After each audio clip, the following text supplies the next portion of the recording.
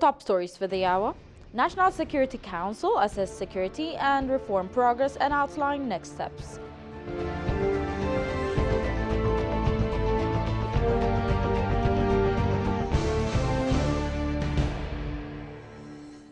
And economic analyst Zamadine Nagatu says Ethiopia's economy shows resilience amid challenge.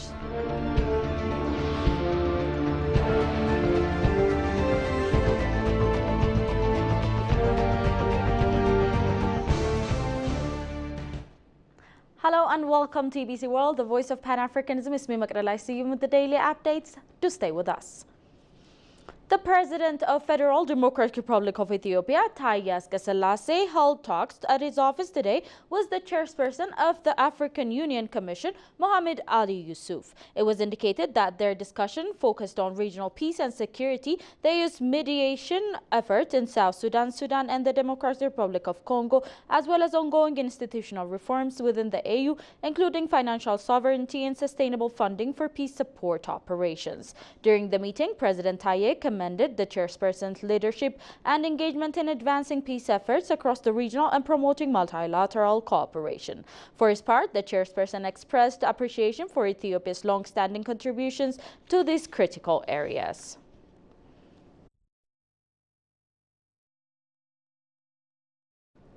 Ethiopia's National Security Council announced that the country's reform efforts are showing measurable progress in restoring peace, strengthening state institutions, and positioning the country more firmly in regional and global affairs. Presidents over the Prime Minister Abiy Ahmed, the Council reviewed the national, regional, and global situation during its meeting held today. The Council's comprehensive review on national, regional, and global dynamic highlighted achievements in political and economic reforms, improvement in security, and outlined directives to address emerging threats. According to the Council's statement, improvements in public security were observed in various parts of the country. In Tigray region, the Pretoria Peace Agreement has facilitated the return of government service, the resumption of economic and social activities, and infrastructure rehabilitation. In the Amhara and Oromia region, the reintegration of former militants, enhanced law enforcement, and strengthened regional security structure have contributed to greater stability.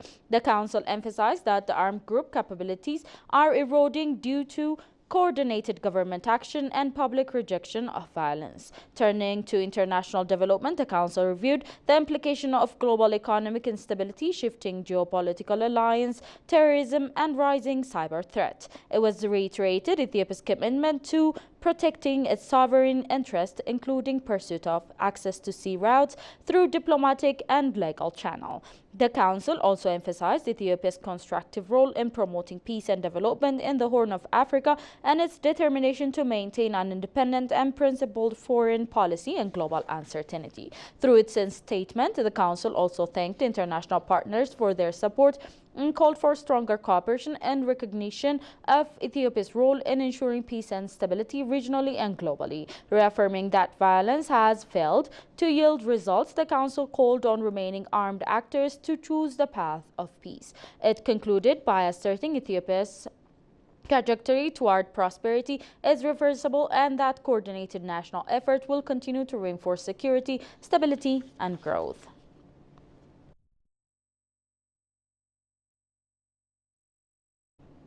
Ethiopia's Minister of Foreign Affairs, Gideon Timotheos, received the Ambassador of Netherlands to Ethiopia, Ambassador Christine Penny, at his office, the Ethiopian Foreign Ministry said. The two sides discussed ways to further strengthening bilateral relations between the two countries. On the occasion, the Ethiopian Foreign Minister noted the ongoing macroeconomic reform in his country and called on Dutch companies to invest in the country. He also briefed the ambassador on the progress of the implementation of the Pretoria Peace Agreement. They also exchanged views on aspects of regional peace and security.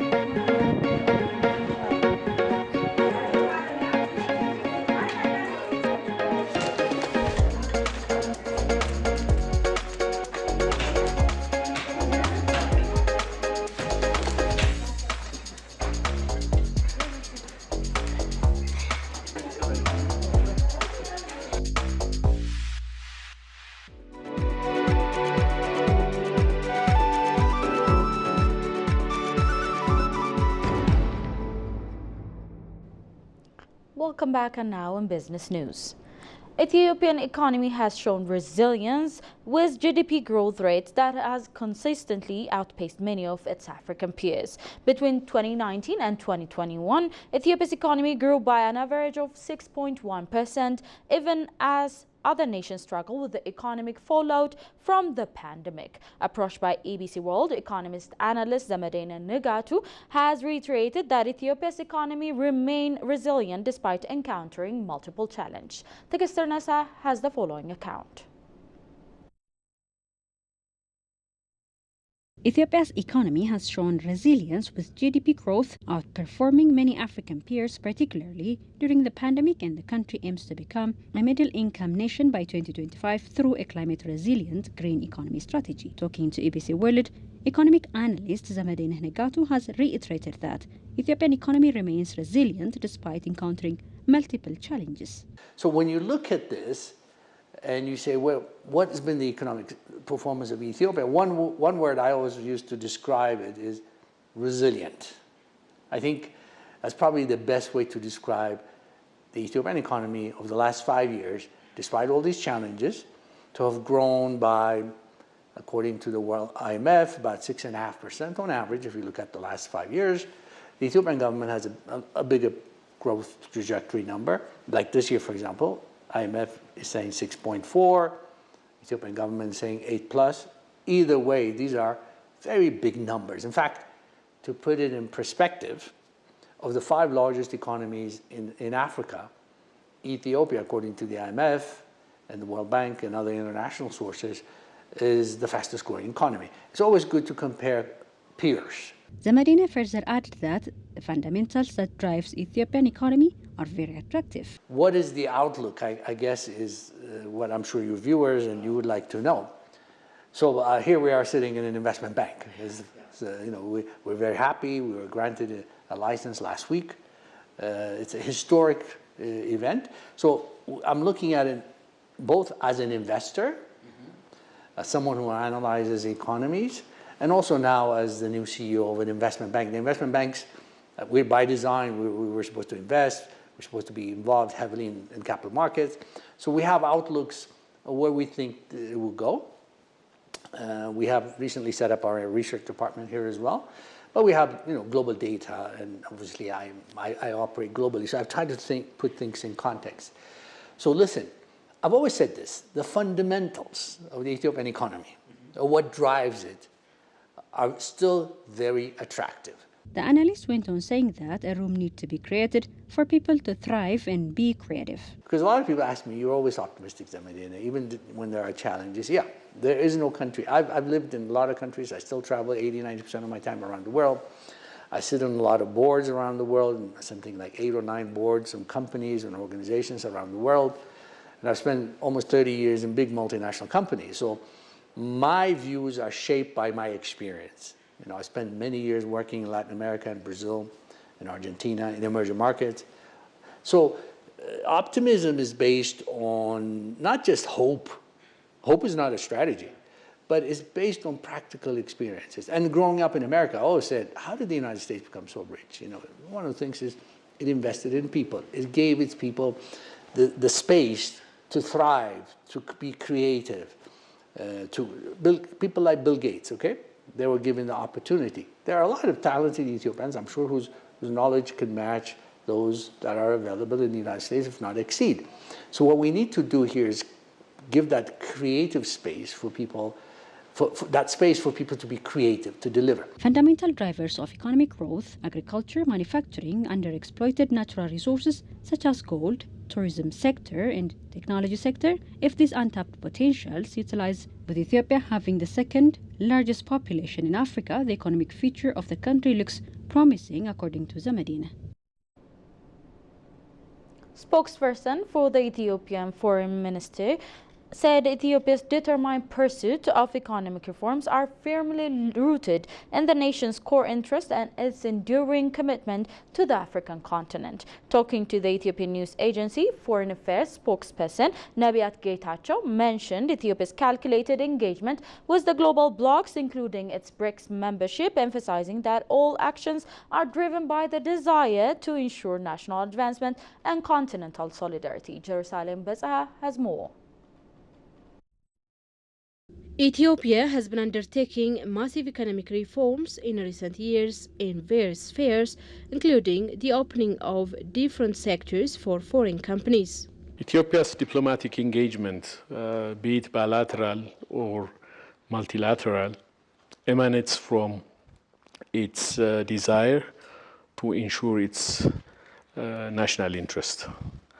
That's the driving factor when it decides to join these economic blocs or political alliances or bilateral engagements.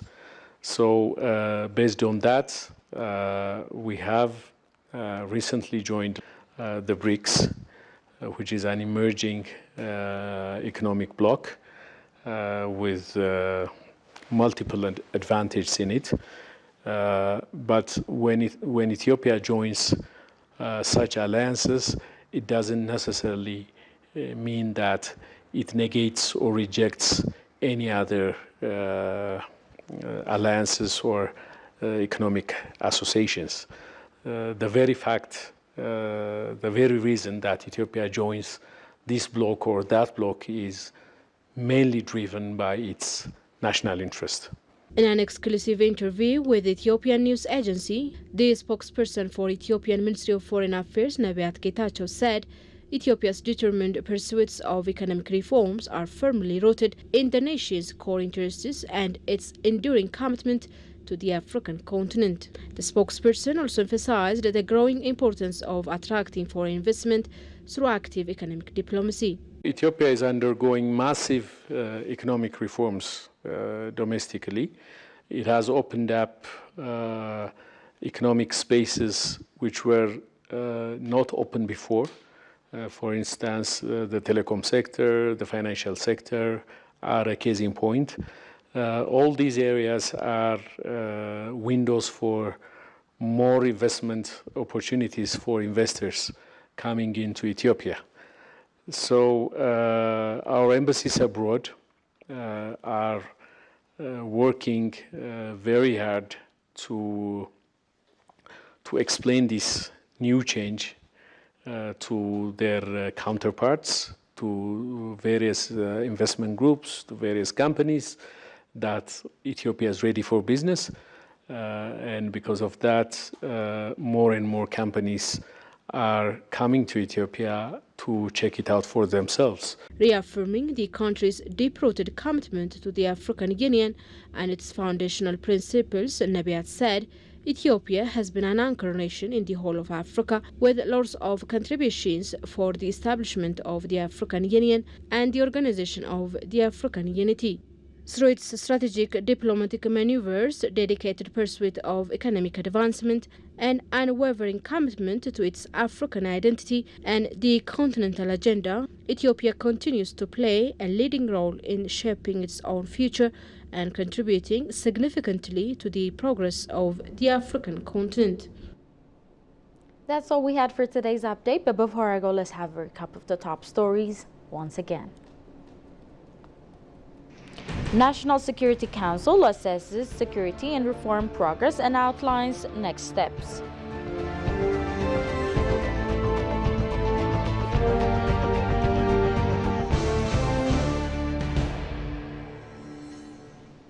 Economic analyst Zamadena Nagatu says Ethiopia's economy shows resilience amid challenge.